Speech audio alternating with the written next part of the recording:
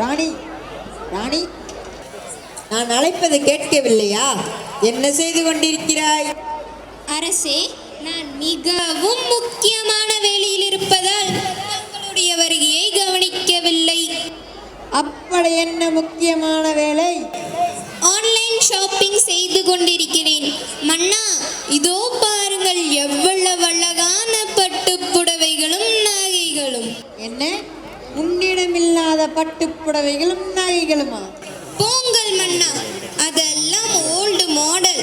New trending saris and jewels தான் எனக்கு நல்லா இருக்கும். நான் தங்களுக்கு கூட.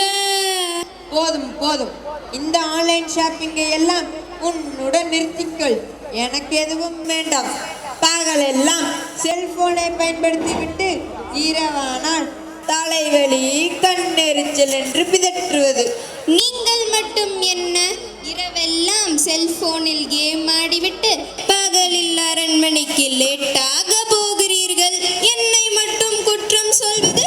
என்ன சொன்னாலும் விவாதம். சரி, பசி வயிற்றை கிள்ளுகிறது. உணவு உண்ணலாமா?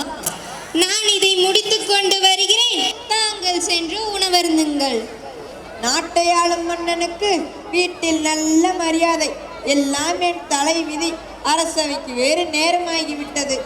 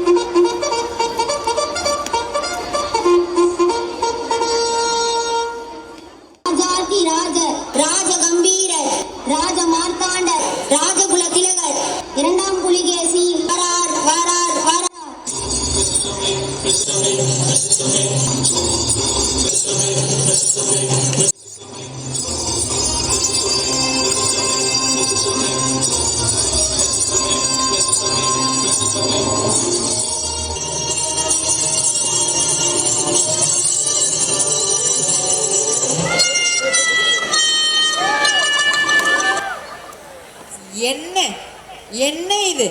மன்னர் வருவது கூட தெரியாமல் காலை உறக்கம். இரவு முழுவதும் செல்போனில் டிக்டாக், பப்ஜி, ஃப்ரீ ஃபயர் விளையாடிவிட்டு இங்கு வந்து உறக்கமா? அடையா, வேலையை ஒழுங்காக பார். மன்னித்து விடுங்கள் மன்னா.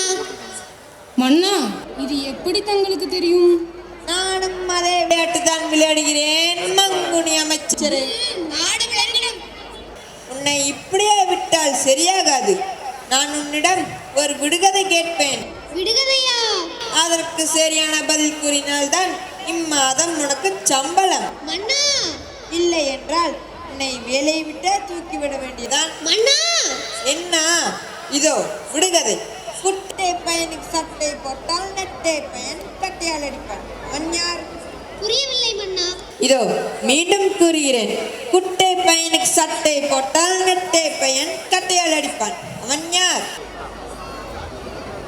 இவனிடமும் கேட்கலாம். உங்களில் யாருக்காவது விடை தெரியுமா? மன்னர் எப்பொழுதும் இப்படிதான், தெரியாத விடுகதையா கேட்டு இருக்கிற காவலாளிகள் எல்லாம் மயக்கமாக வச்சிடறார். ஆமாம்.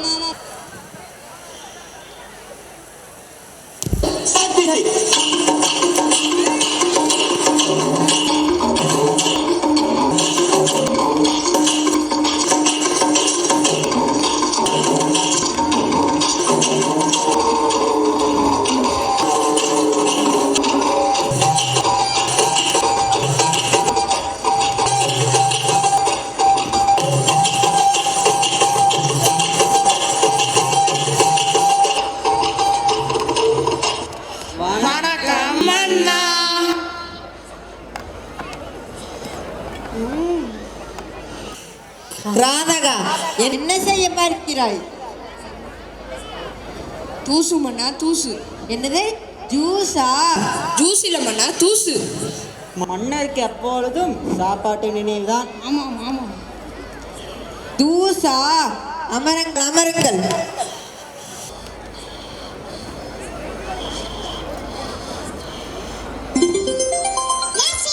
நைட்டு முழுவதும் சேட் பண்ணால் ஆஃபராமா அமைச்சரே.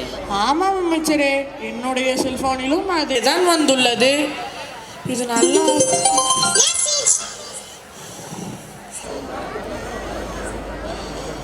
மன்னா மன்னா, என்ன? உங்களுடைய செல்போன் கொடு. இரவு முழுவதும் சேட் பண்ணால் ஆஃபராம் அமைச்சரே. அதேதான் எனக்கும் வருகிறது.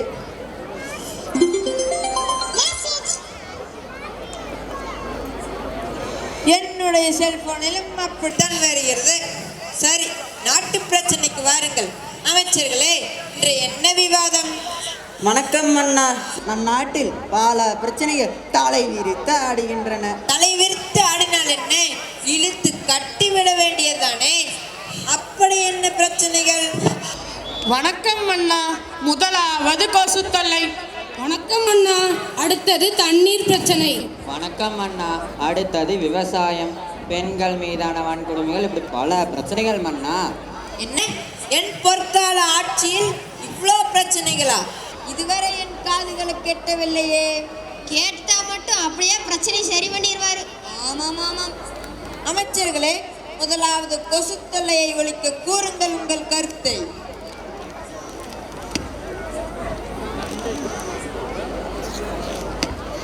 அமைச்சர்களே, கொசுவை ஒழிப்பதற்கு வழி கேட்டால் அனைவரும் செல்போனை பார்த்து கொண்டிருக்கிறீர்கள். ஏன்? கொசு தொல்லை ஒழிக்க ஏதாவது வழி கிடைக்குமா என்று கூகுளில் சர்ச் செய்கிறோம் அண்ணா. கூகுளா? ஆமண்ணா. இதில் தாய் தந்தரை தவிர வேறு என்ன சந்தேகமானாலும் கேட்கலாம். அப்படியா? ஏன், சுயமாக சிந்திக்க மூளையே இல்லையா? ஏன் இல்லை மன்னா, நான் கூறுகிறேன் மன்னா. கொசு கடிக்க வரும்போது ஓடி ஒளிந்து கொண்டால் என்ன? அப்படியே உன்னை அடியோடு ஒழித்தால் என்ன? மன்னா, கொசுவை பிடித்து நசுக்கி விட்டால் என்ன? அப்படியே உன்னையும் நசுக்கி விட்டால் என்ன? மன்னா, கொசுக்களை எல்லாம் அறையில் பூட்டி வைத்தால் என்ன? அப்படியே உன்னை ஓங்கி அறைந்தால் என்ன?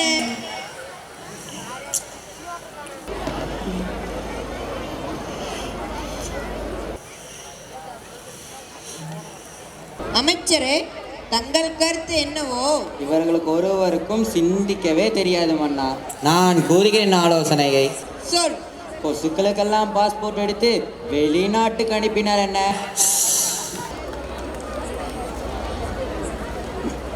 என்ன என்ன இது? கால்வாயை திறந்து விட்டது போல் உமிழ் நீரை உமிழ்கிறாயா? உன்னை நாடு கடத்தி விடுவேன். ஐயோ, இப்பவே கண்ணை கட்டுதே.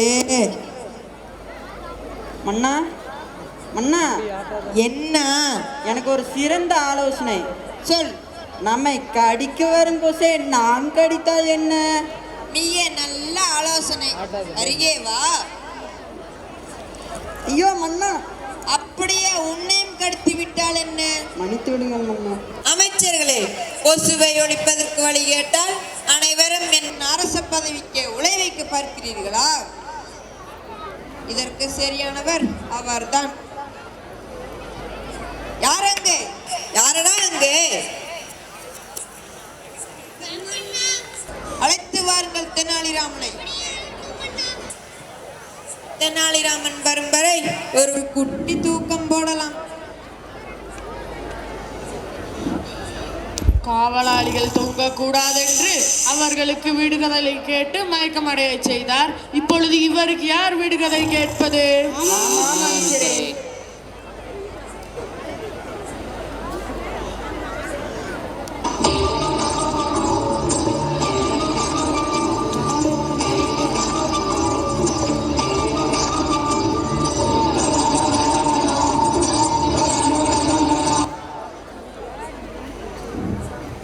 வணக்கம் அண்ணா. தாங்கள் என்னை அழைத்ததன் நோக்கம்? வாருங்கள் தெனாலிராமா.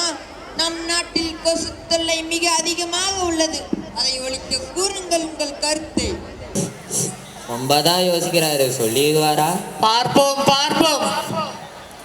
மன்னா, வீட்டின் அருகாமையில் குப்பை கொட்டாமலும் தண்ணீர் தேக்காமலும் இருந்தால் என்ன? இதை மக்கள் ஏற்றுக்கொள்வார்களா மன்னா? கக்கக்க போ. நீயும் என் அமைச்சர் அல்லவா, சற்றே யோசிக்க வேண்டிய சிந்தனைதான். இப்படி யோசித்தால் என்ன? எப்படி மன்னா?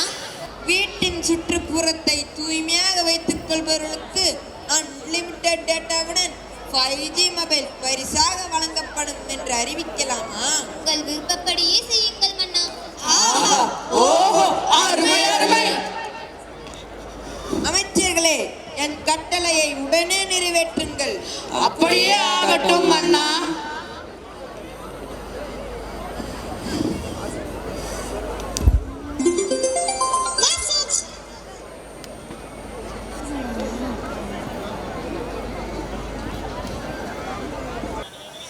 மன்னா, மன்னா, என்ன? பக்கத்து நாட்டு மன்னர் உங்களை அழைக்கிறார். எங்கேடா? செல்போனில் விளையாட மன்னா. இங்கே கொடு கொடு.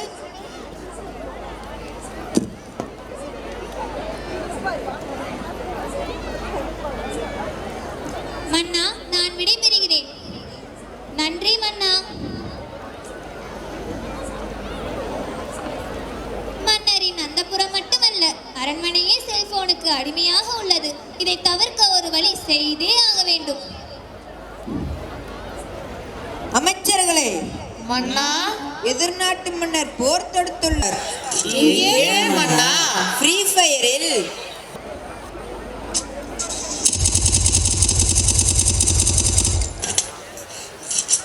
அமைச்சரே, எனக்கு மெடிக்கல் தேவை.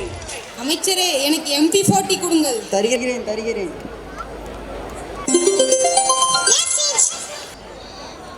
அமைச்சர்களே, என் நண்பர் காக்கா நாட்டு மன்னர் முன்பெல்லாம் ஏதாவது செய்திகள் அனுப்ப வேண்டும் என்றால் புறாவை தூது அனுப்புவார். இப்பொழுதெல்லாம் செல்போனிலே அனுப்புகிறாரே, ஏன்? பின்னர் தூதனுப்பும் அனைத்து புறாக்களையும் தாங்களே சமைத்துண்டால் அவர் என்ன செய்வார்? அமைச்சர்களே, மன்னா, 2 மாதத்திற்கு முன்பு நாம் அரண்மனையில் விருந்துண்டோமே, நினைவில் இருக்கிறதா? அதை எப்படி மன்னா மறக்க முடியும்? அந்த விருந்திலேயே அந்த சிக்கன் 65 மிக அருமை மன்னா. அதிலும் அந்த வறுவல் மிக மிக அருமை மன்னா. அதிலும் அந்த சிக்கன் சில்லி வெகு அருமை மன்னா. அந்த சிக்கன் கோலா மெது மெது என்று பஞ்சு போல இருந்தது மன்னா. மங்குனி அமைச்சர்களே, அது கோழி அல்ல, அதுதான் புறாக்கறி. அதையாம் நாம் சாப்பிட்டோம். அப்பொழுது நன்றாக மூக்கில் வரும் வரை உண்டுவிட்டு இப்பொழுது எண்ணெய் குறை சொல்கிறீர்களா? ஐயோ, விளையாட்டை பாதியிலே நிறுத்தி வைத்து வந்தேன், மீண்டும் போய் தொடருகிறேன்.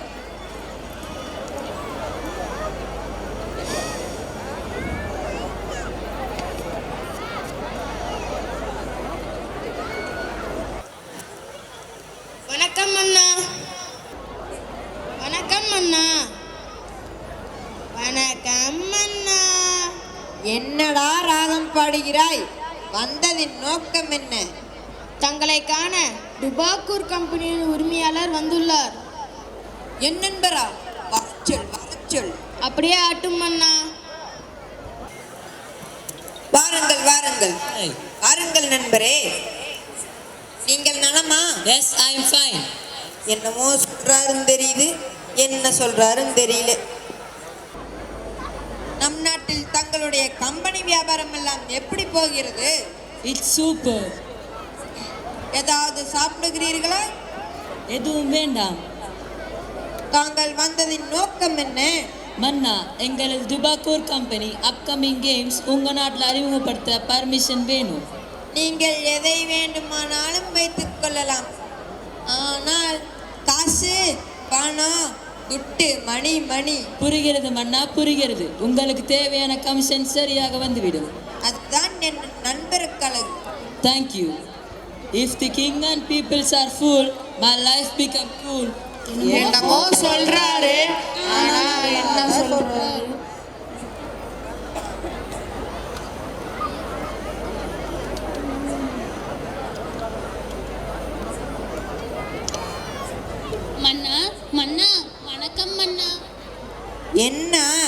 நிம்மதியாக விளையாடக்கூட முடியவில்லை. பிள்ளையின் நிலைமையை பாருங்கள். இருக்கின்ற பிரச்சனை போதாதென்று இது வேறொரு புது பிரச்சனையா? புதிய வினை இவள் வடிவிலா? ஆமாம், இவளுக்கு என்ன ஆயிற்று? செல்போனே இல்லாமல் செல்போன் இருப்பது போல் விளையாடிக் கொண்டிருக்கிறாளே. ஐயோ ஐயோ, அந்த பரிதாப நிலையை ஏன் கேட்கிறீர்கள்? கேட்கவில்லை, போ. மன்னா, நீங்களே இப்படி கூறினால் நான் எங்கே போவேன் மன்னா? யாரிடம் சொல்வேன் மன்னா? சரி சரி, சொல். இரவும் பகலும் ஓயாமல் செல்போனில் விளையாடியதாலும் செல்ஃபி எடுத்ததாலும் இவளின் மனநிலை பாதித்து விட்டது மன்னா. நானும் தான் விளையாடுகிறேன். என் நிலைமையும் இப்படியானால்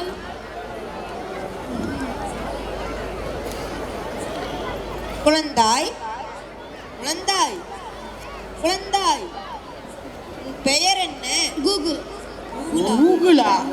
கூகுள் என்றெல்லாம் பெயர் வைப்பார்களா? இல்லை மன்னா. என்ன படிக்கிறாய்? வாட்ஸ்அப் படிக்கிறேன். படிக்கிறாய். என்ன சாப்பிட்டாய்? காலை யூடியூப், மதியம் இன்ஸ்டாகிராம், இரவு ஃபேஸ்புக். அமைச்சர்களே, இதையெல்லாம் உண்ண முடியுமா? இல்லை மன்னா. ஊ, ஊ, ஊ, ஊ. ஐயோ, என்னால் முடியவில்லை. அழைத்து வாருங்கள் தெனாலிராமனை. ஏன் தெனாலிராமன்? நாங்களே கருத்து கூறுகிறோமே. உங்கள் கருத்தா? அது சிந்திக்க இல்லை, சிரிக்க.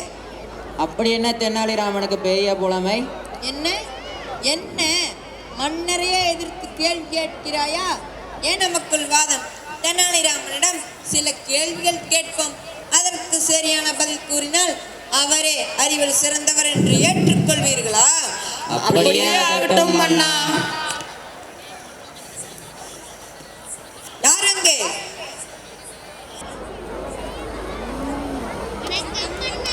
அழைத்து வாருங்கள் தெனாலிராமனை.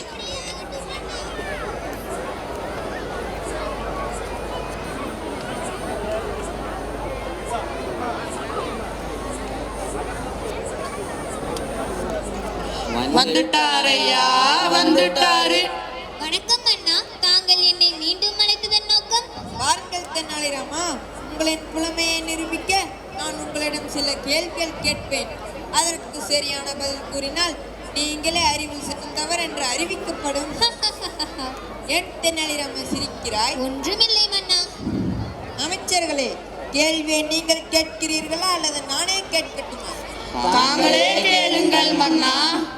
பிரிக்க கூடாதது செல்போனும் சிம் கார்டும், பிரிக்க கூடாதது, பிரிக்க முடியாதது டேட்டாவும் டாக் டைமும், சேர்ந்தே இருப்பது மன்னரும் செல்போனும், சேராதிருப்பது மன்னரும் நாட்டு மக்களும், சூப்பர். பார்க்க கூடாதது வெப் மற்றும் டிவி சீரியல்கள், பார்க்க கூடியது நாட்டு நடப்பு செய்திகள், செய்ய கூடாதது தேவையற்ற ஆப்புகளை டவுன்லோட் செய்வது, செய்ய கூடியது தேவைக்கு மட்டுமே செல்போனை பயன்படுத்துவது, அறிவுக்கு கல்வி, கல்விக்கு பள்ளி, பள்ளிக்கு எமது எம்எம்எஸ். ஆஹா, ஓஹோ, அருமை அருமை. தெனாலிராமனே மாறிவிட்டாரா? இல்லை இல்லை, செல்போனை பற்றி எனக்கு தெரியும் என்பதை நீங்கள் அறியவே நான் இவ்வாறு கூறினேன். தெனாலிராமா, இந்த பிள்ளையின் நிலைமையை பார்த்தீர்களா? இரவும் பகலமாக செல்போனில் விளையாடிக் கொண்டிருந்ததால் இந்த நிலைமை இந்த பிள்ளைக்கு ஏற்பட்டது. இதுபோல் நம் நாட்டு இளைஞர்கள் செல்போனால் சீரழிகிறார்கள். அதை ஒழிக்க கூறுங்கள் உங்கள் கருத்தை. மன்னா, உங்கள் அனுமதியுடன் நான் இவர்களை சில கேள்விகள் கேட்கலாமா? கேளுங்கள் கேளுங்கள். அம்மா, உங்கள் மகள் எந்த வகுப்பில் படிக்கிறாள்? தெரியாது. தெரியாதா? எத்தனை மணிக்கு வீடு திரும்புவாள்? மாலை 5:30 மணி போல் வந்து விடுவாள். வந்தவுடன் என்ன செய்வாள்? சாப்பிட ஏதாவது வேணும் என்பால் நான் உணவு உண்ண கொடுப்பேன். அதற்கு பிறகு வீட்டு பாடம் ஏதாவது? உணவு உண்டதும் அறைக்கு சென்று கதவை சாத்திடுவாள். அதன் பின் வீட்டு பாடம் குறித்து எதுவும் தெரியாதையா? ஆமாம், அதற்கு பிறகு நீங்கள் என்ன செய்வீர்கள்? நான் 6:30 மணிக்கெல்லாம் சீரியல் பார்க்க அமர்ந்திடுவேன். சீரியலா? ஆம், 6:30 மணிக்கு சன் டிவியில் ஆனந்தராகம், 7 மணிக்கு சன் டிவியில் சுந்தரி, 7:30 மணிக்கு ஜீ தமிழில் சீதாராமம், 8 மணிக்கு பாண்டியன் ஸ்டோர்ஸ், 8:30 மணிக்கு விஜய் டிவியில் பாக்கியலட்சுமி. எத்தனை மணி வரை பார்ப்பீர்கள்? 9 மணி வரை. அமைச்சர்களே, 9 மணி வரையுமா சீரியல் போடுவார்கள்? மன்னா 12 மணி வரையும் சீரியல் ஓடுகிறது. அதெப்படி உமக்கு தெரியும்? நானும் தான் பார்க்கிறேன். வீடு விளைகிறோம். தொலைக்காட்சியில் மட்டுமல்ல மன்னா, செல்போனிலும் சீரியல்களை பார்க்கலாம். என் அம்மாவும் அதையே தான் செய்கிறார். அப்படியா? தெனாலிராமா, கேள்வியை தொடருங்கள். அம்மா 9 மணியுடன் நிறுத்திக் கொள்வீர்களா இல்லை மேலும் தொடருமா? ஆம், அதற்குள் என் கணவர் வந்து விடுவார் என்பதால் நான் டிவியை ஆஃப் செய்திடுவேன். உங்கள் கணவராவது பிள்ளையுடன் நேரம் செலவிடுவாரா? இல்லை, அவர் அலுவலகத்திலிருந்து சோர்வாக வருவார் என்பதால் உணவு உண்டதும் முறங்கிடுவார். ஆக மாலை முழுவதும் விளையாட்டு என்று பாரதி கூறினார். ஆனால் நீங்களோ மாலை முழுவதும் சீரியல் அல்லவா பார்க்கிறீர்கள்.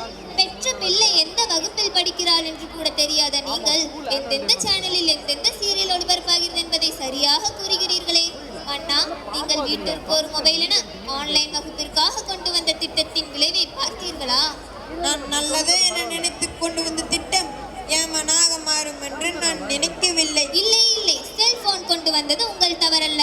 ஆனால் அதற்காக வெளிநாட்டு கம்பெனியை நம் நாட்டிற்குள் வர செய்து தேவையற்ற இலவச செயலிகளை கொண்டு வந்தீர்களே, அதுதான் உங்கள் தவறு. கொரோனாவிற்கு பிறகு மாணவர்களின் கையில் தான் செல்போன் அதிகமாக உள்ளது. எனவே அதில் கூடிய அளவு நல்ல செயலிகளை கொண்டு வந்து மாணவர்களின் கல்விக்கும் எதிர்கால வாழ்விற்கும் துணை செய்ய வேண்டியது ஒரு மன்னரின் கடமை அல்லவா? ஒரு நாட்டின் அரசராக இருந்து கொண்டு பணத்திற்காக ஆசைப்பட்டு நீங்களே இப்படி நம் மாணவர்கள் தவறான வழியில் செல்ல வழிவகுக்கலாமா மன்னா? இல்லை இல்லை, நான் பெரும் தவறு செய்து விட்டேன். பணத்திற்கு ஆசைப்பட்டு பெரும் மோசம் செய்து விட்டேன்.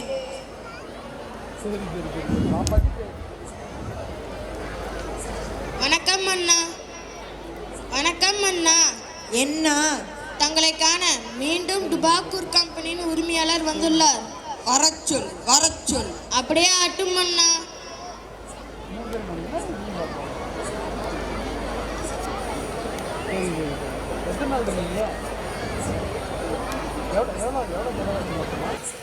ஹாய். வாருங்கள் நண்பரே, உங்களைத்தான் தேடிக்கொண்டிருந்தேன். Why? What happened? நீங்கள் என் அருமை நண்பர் அல்லவா? உங்களுக்கு ஒரு பரிசு கொடுக்கத்தான். What? கண்ணை மூடிக்கொள்ளுங்கள். Why? What happened? Are you mad, பைத்தியக்காரனாடா நீ? ஆமாடா, ஆமா. இத்தனை நாளாக எனக்கு பைத்தியம் பிடித்திருந்தது. இப்பொழுதுதான் தெளிந்தது. செல்போன் மூலம் என் நாட்டை சூறையாட வந்த பிசாசு, ஓடிவிடு. Why? What happened? என் தாத்தா காலத்தில் எங்க நாட்டு இயற்கை செல்வங்களை அபகரிக்க அடிமைப்படுத்தினான். ஆனால் நீ எங்கே எங்க நாட்டு அறிவு செல்வங்களை செல்போன் ஆப்களை கொண்டு அழிக்க வந்துள்ளாயா? என் கண் முன் நிற்காதே, ஓடிவிடு. இல்லை என்றால் உன்னை சுடுநீர் குளத்தில் மூழ்கடிப்பேன். Okay. If you are not, I can find another king to do my business. சரிதான், போடா. மன்னா, என்னை மன்னித்து விடுங்கள். மன்னிப்பா? எதற்கு? ஆம் மன்னா, இந்த பெண் மனநலம் பாதிக்கப்பட்டவள் அல்ல. இவர்களுக்கு எதுவும் நேரவில்லை. நான் கூறியதால் தான் இவர்கள் இவ்வாறு நாடகம் நடத்தினார்கள். நாடகமா? எனக்கு புரியவில்லை. ஆம் மன்னா, இன்று நான் காலை அரண்மனைக்கு வந்திருந்தேன். அரண்மனைக்கா? எப்பொழுது? காலை உங்களை சந்தித்து நம் நாட்டின் தற்போதைய நிலையை பற்றி கூற அரண்மனைக்கு வந்திருந்தேன். ஆனால் நீங்களோ அப்பொழுது ராணியுடன் ஆன்லைன் ஷாப்பிங் பற்றிய விவாதத்தில் இருந்தீர்கள். மீண்டும் நான் அரசவைக்கு வந்த பொழுது நீங்களும் அமைச்சர்களும் செல்போனுக்கு அடிமையாக இருப்பதை கண்டேன். எனவே அதன் தீமையை உங்களுக்கு உணர்த்தவே நான் இவ்வாறு செய்தேன். எங்களை மன்னித்து விடுங்கள் மன்னா. பரவாயில்லை. மன்னா, மாணவர்கள் மிகவும் முக்கியமானவர்கள். அவர்கள் தான் நம் நாட்டின் வருங்கால தூண்கள். எனவே பெற்றோர்கள் தங்களது செல்போனை குழந்தைகளிடம் கொடுப்பதை தவிர்க்க வேண்டும். மேலும் குழந்தைகள் கண்ணால் பார்ப்பதை அப்படியே செய்யும் ஆற்றலுடையவர்கள். எனவே வீட்டில் பெற்றோர்கள் தொலைக்காட்சியுடனும் தொலைபேசியுடனும் நேரத்தை செலவழிக்காமல் குழந்தைகளுடன் நேரத்தை செலவழிக்க வேண்டும். குழந்தைகள் கட்டாயம் 1 மணி நேரமாவது வீட்டில் ஓடி ஆடி விளையாட வேண்டும். இன்றைய சூழலில் செல்போன் இல்லாமல் இருப்பது கடினம்தான். ஏன், உங்களால் முடியுமா? மன்னா? நிச்சயமாக முடியாது. ஷபாஷ் தெனாலிராமா. நீ என் கண்களை மட்டுமல்ல, நாட்டு மக்கள் அனைவரின் கண்களையும் திறந்து விட்டாய். தெனாலிராமன் கூறியது போல் செல்போனை தேவைக்கு மட்டும் பயன்படுத்த வேண்டும். அமைச்சர்களே, ஊர்தோறும் விளையாட்டு மைதானங்கள் அமைக்க வேண்டும். அதில் தினசரி 1 மணி நேரம் குழந்தைகள் கட்டாயம் விளையாட வேண்டும். செல்போன்களில் செயலிகளை பொருத்தி செல்போனை தவறாக பயன்படுத்துகிறார்களா என்பதை கண்காணிக்க வேண்டும். அப்படி தவறாக பயன்படுத்தினால் அவர்களுக்கு அரசு வழங்கும் சலுகை அனைத்தும் ரத்து செய்யப்படும். இறுதியாக மிக முக்கியமான அறிவிப்பு, குழந்தைகள் கையில் செல்போன் இருந்தால் பெற்றோர்களுக்கு ரூபாய் 1000 அபராதம் விதிக்கப்படும். இதுவே என் கட்டளை. என் கட்டளையே சாசனம்.